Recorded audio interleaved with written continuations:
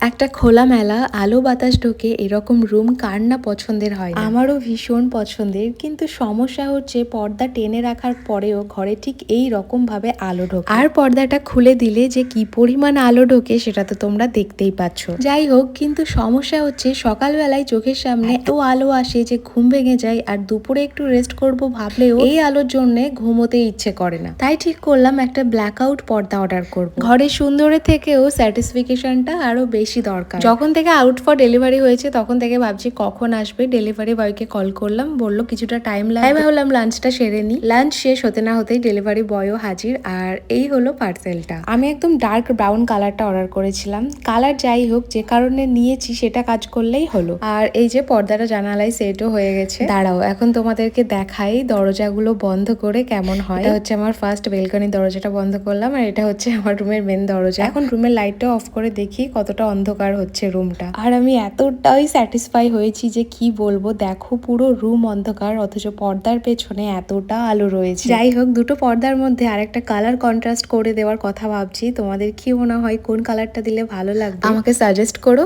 আজকে আসি।